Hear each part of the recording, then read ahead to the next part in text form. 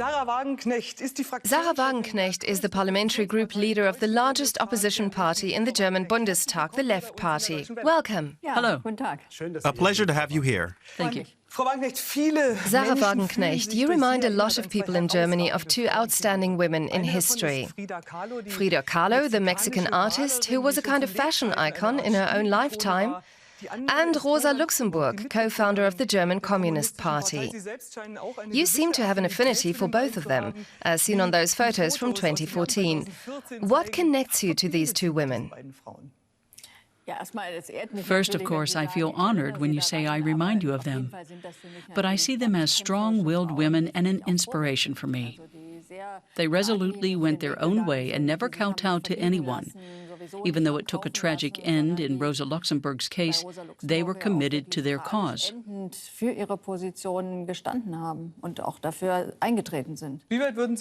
How far would you ultimately go? Rosa Luxemburg ended up dying for her convictions. I hope we never see a return to that kind of situation. Looking at developments in Turkey, for example, and the conditions the opposition there has to work under, including imprisonment, it's completely different to Germany. So I'd like to think that I would not compromise my principles, but I hope I never have to face such questions. Ich hoffe nicht, dass ich jemals vor dieser Frage stehen werde. At what point did you say Sahra Wagenknecht has to go into politics? Also das war sehr früh. Das war eigentlich unmittelbar nach der It was early on in 1990, shortly after the fall of the Berlin Wall. I'd originally been set on a career in academia. I wanted to work in the humanities. I'd enrolled for a philosophy degree, but then I had the feeling that commenting from a distance wasn't enough. I wanted to bring about change too and make an impact, but I wanted to work as a volunteer, not a professional politician. Why? That sounds defensive. Never as a career? I had the feeling you lose control over your time, your schedule. There were a lot of things I would be unable to do, but still want to do. I began to write articles and later books. The more formally involved you are politically, the harder it gets to secure time to actually think things over, to read and develop new ideas. It's always a balancing act. Does that have to do with your youth? You were critical of the military education for school pupils in East Germany. You quit your job as secretary and were barred from going to college. Where does this stance come from? Back then, I believed I was a socialist. I'd read Marx and Rosa Luxemburg and felt that East Germany had nothing to do with those ideals.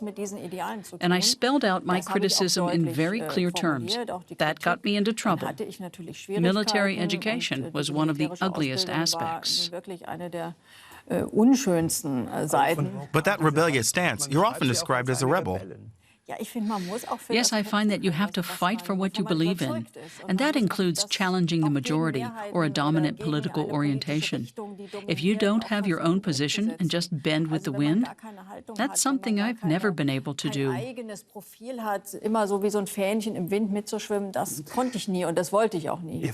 Your father is Iranian.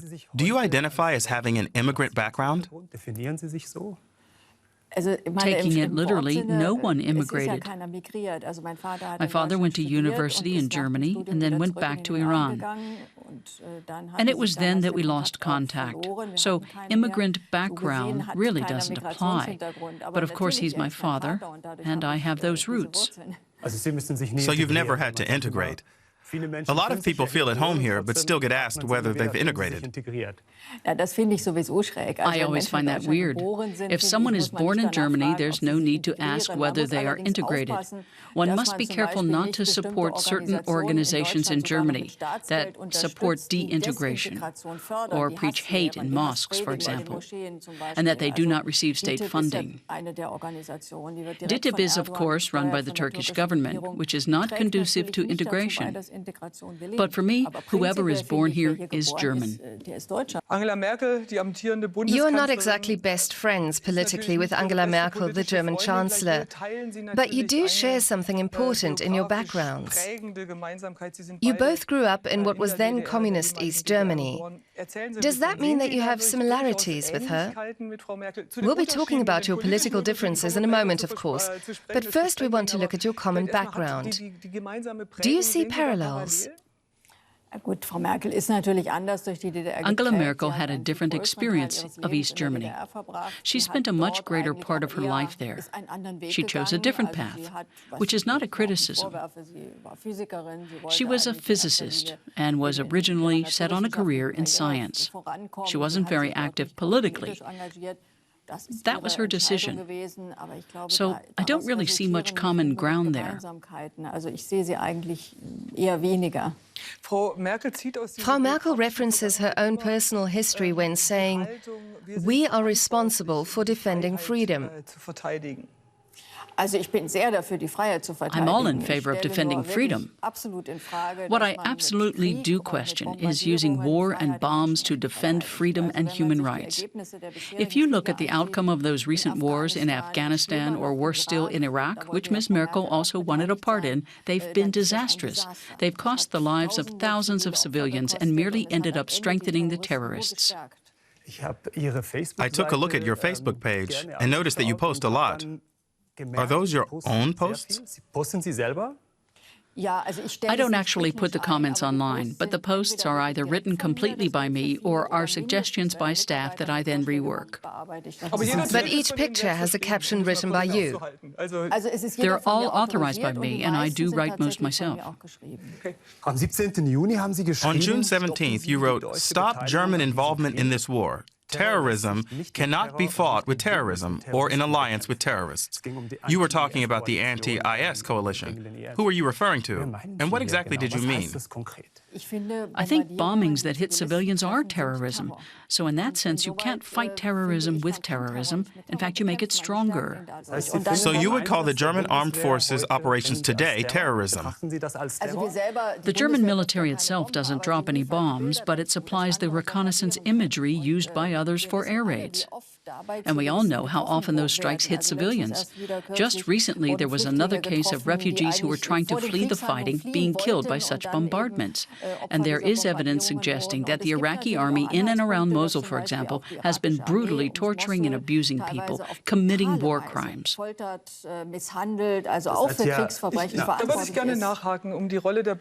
like to follow up on the role of the German military, a major issue as the current election heats up, which is why we're talking to the major candidates. You say, Frau Wagenknecht, the German military conducts reconnaissance flights, providing imagery that enables other militaries who then do the bombing. To recap, you say that terrorism cannot be fought with terrorism. So how can we fight against IS in Syria, for example? By shutting down its financing, by doing all we can to prevent it getting resupplied militarily and prevent jihadists from going there. But that can't be done by the German government alone. One of Germany's closest allies in the region, as the government sees it at least, is Turkey. And for years, all of IS's supplies have come via Turkey. Saudi Arabia plays a miserable role in all this.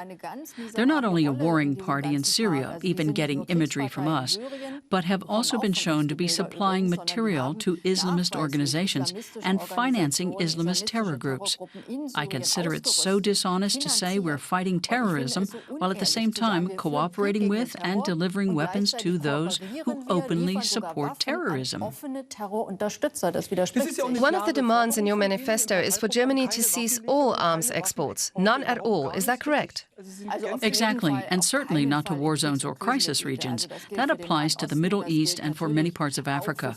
We are fueling conflicts. German companies are making a profit from people dying. I find that utterly cynical. So what is the right way to fight IS? Take away the foundation. A lot more could be done to ensure it has no more money at all. There are people dying there every day, and we can't fight terrorism with terrorism. So what is the concrete alternative you are suggesting? The concrete alternative is, firstly, cutting off its financing. The banks have operations in the area controlled by IS, and they have direct links to the European banking networks. We've done specific research on this, and there's no action being taken. It must be ensured that arms do not enter the region. Stopping arms entering the region is one thing, but as for life on the ground, I've personally met people who were able to escape, and they say it's not just about the fighting. There are other issues, like how IS treats people on the ground. They are killing regular people, hanging them. Those are the facts on the ground. But there are also troops on the ground who are fighting against IS, such as the Kurdish fighters. Should we support them? What we should not do is go after them and not give Erdogan any aerial footage that he can use to bombard those Kurdish units, as has been happening. So we should be supporting the Kurdish fighters. Yes, but not through arms shipments. We've done that before, and some of those arms to the Peshmerga have ended up in the hands of IS, and we don't want that. But we should avoid doing anything that makes things tougher for them. There are various regions where we have contributed to the spread of IS. Look at Libya. Of course, Gaddafi was a dictator, but in place of dictatorship, you now have a land devastated by civil war because we bombed Gaddafi out of power, and that has enabled IS to spread. It's the same in Syria. Assad is a dictator, yes, but under the guise of fighting dictators, we are ultimately fighting against states that were reasonably stable, and the result is resurgent terror groups. I'd like to briefly follow up on something you said there. You talk a lot about Erdogan and about the wrongdoings of Saudi Arabia. What is your assessment of Assad? Yes, Assad is a dictator who oppresses his own people and is responsible for awful war crimes. Does he have to be a partner? He used to be a partner. The West used to cooperate with him, and I feel we have to ensure we do not support regimes like his. But there is no justification whatsoever for waging war against undesirable regimes, because these wars ultimately do not further democracy on the ground. If a democratic Syria were possible instead of Assad, everyone would likely welcome it. But that democracy has to be anchored in that society. It has to come from the people themselves, not via military means. The question of how remains. You said in a press release that Syria needs a resumption of peace talks and a ceasefire under the conditions already agreed between Russia and the U.S., instead of more murder and war. Should Assad be party to those peace talks? Yes, he has to be there because he's in power.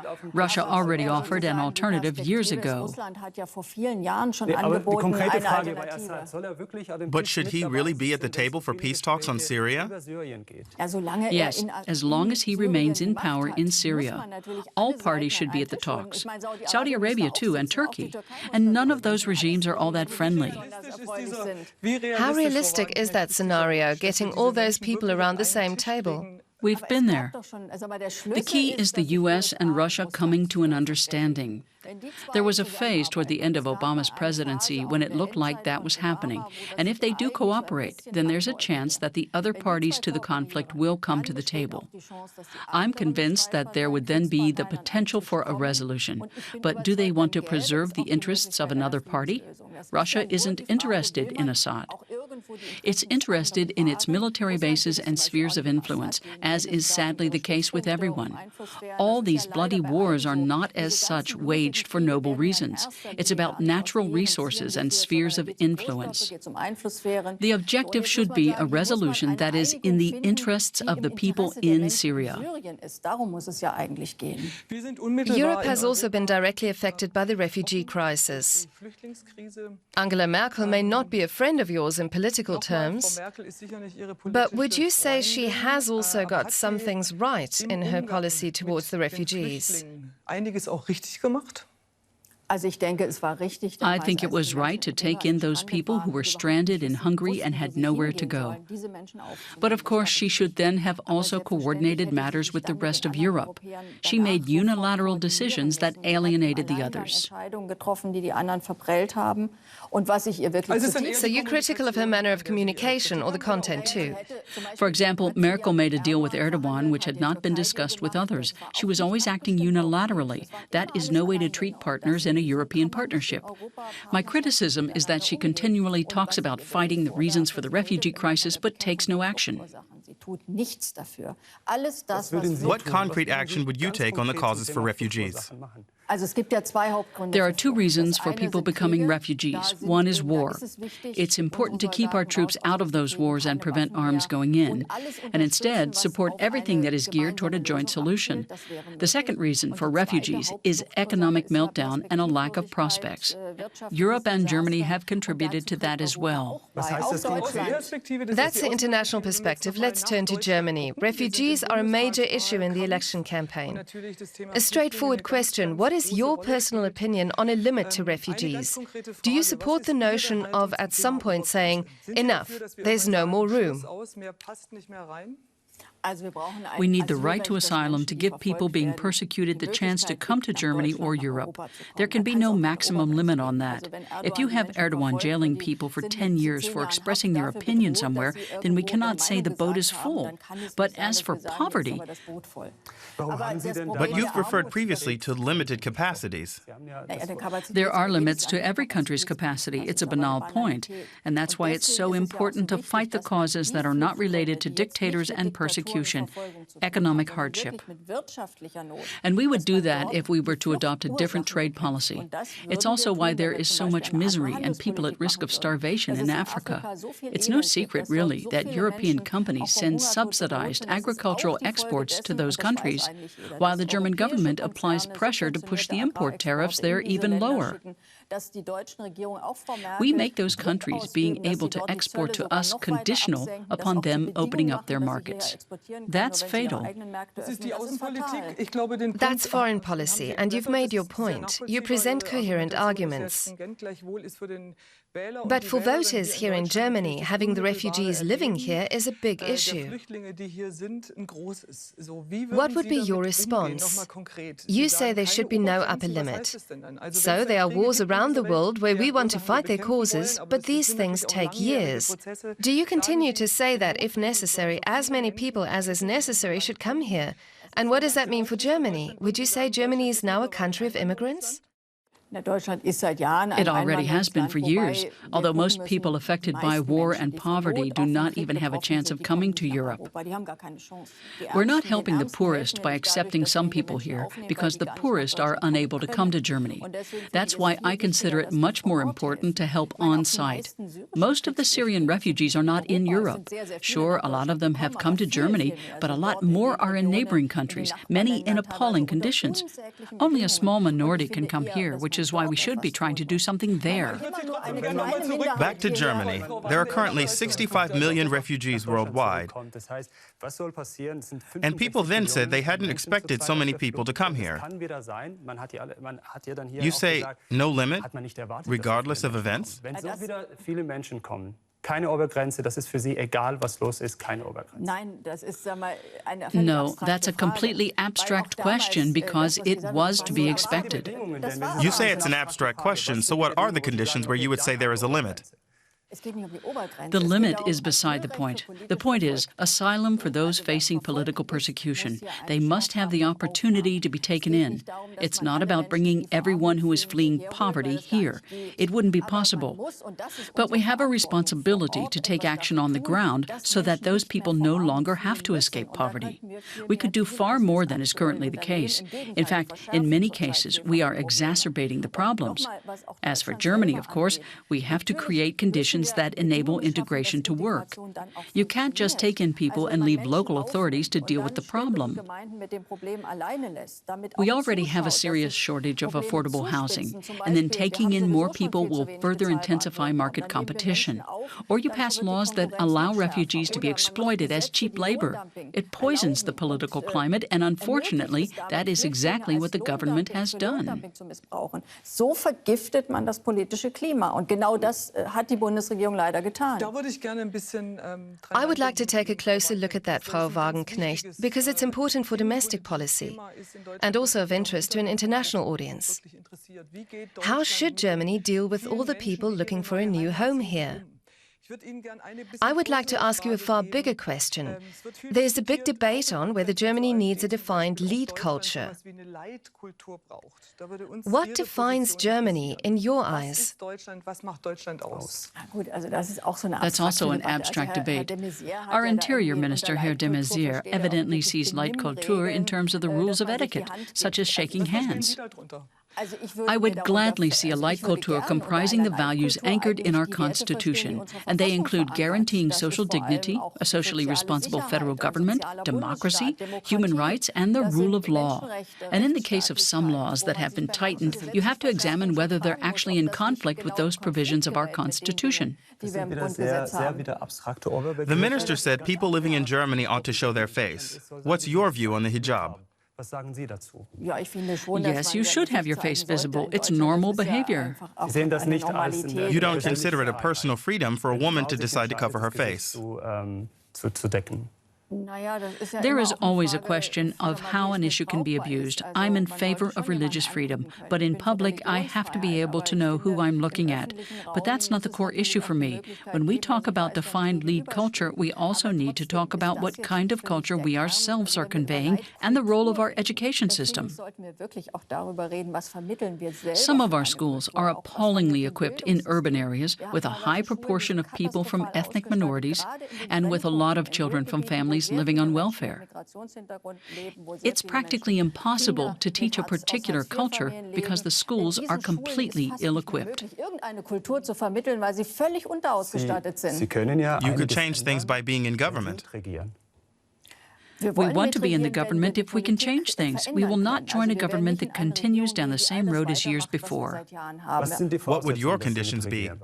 The Left Party is basically the only opposition left in Germany that is against welfare cuts, low wages, increased military spending, and the pro-war policy. Of course, I would like to see us at some point going from opposition to government. But that government would have to implement the things we stand for. You can't claim the Left Party is the only opposition party. But only our party stands for those policies. All the other parties have played a part in destroying the welfare state, cutting pensions, and creating two-tier medical coverage. That includes the Greens in the coalition with the Social Democrats, and obviously the Social Democrats in the Grand Coalition with the Conservatives. We don't need another party that is so unprincipled that it goes along with all these neoliberal policies. So why not govern? I want to govern, but I do not want to practice neoliberal politics. I want no part in shaping predatory capitalism. We want a policy that serves the people, not the business lobby. The left has been the main opposition party for the last 4 years. In the 2013 general election, the Left Party posted 8.6%, and current polls suggest you're on 9%, which is hardly a big increase. Perhaps you've underperformed in opposition. Some other parties would be happy to repeat their performance from the last election. There's been a lot going on. But it's hardly a major gain. How do you see it? The problem is, a lot of people are disillusioned by not having the option of an alternative government. The Left Party is in opposition, but on its own. You could compromise and say we'll join the government by saying, for example, we're in favor of combat missions abroad. But we won't be pro-combat missions, neither will we support pension cuts. We will also be in favor of a wealth tax for the super rich. And it's only worth entering government if you bring along your own political agenda. If you don't have any partners, then you stay in opposition. We've seen this elsewhere in Europe, with left-wing parties entering government and doing the opposite of what they promised. So, of course, voters feel let down, saying that's not what we voted for. We will join a government when we're strong enough to actually realize our objectives. We don't need to get 50% for that. I believe that if the left party does make gains, and surveys and election results are not the same thing, if we perform better than expected, then we will put pressure on the Social Democrats and Greens to get back to their roots. There is a willingness to govern. Whether or not to actually enter government is a subject of debate within your party. Some refuse flat out and say they want to remain in opposition on point of principle. Finally, Angela Merkel recently revealed her ABC guide to Germany. What three attributes do you associate with Germany? Germany is full of contradictions. Germany has Goethe and its culture, but also a dark past. Today, it is a country that is dominant in Europe and which no longer acts as a partner. I would like to see a European Germany and a socially just Germany. Imagine you're on a desert island for 1 month. Which of your rivals would you take along? Oh God, that's mean. You have to take someone along in order to survive. The clock's ticking. Maybe Christian Lindner. We don't have much in common, but we don't get on each other's nerves. So Herr Lindner, because he doesn't get on your nerves. Lindner's all yours. It would be fascinating to see you and the Free Democrats leader on a desert island. Thank you so much for the interesting interview. Good luck. Thank you. Danke.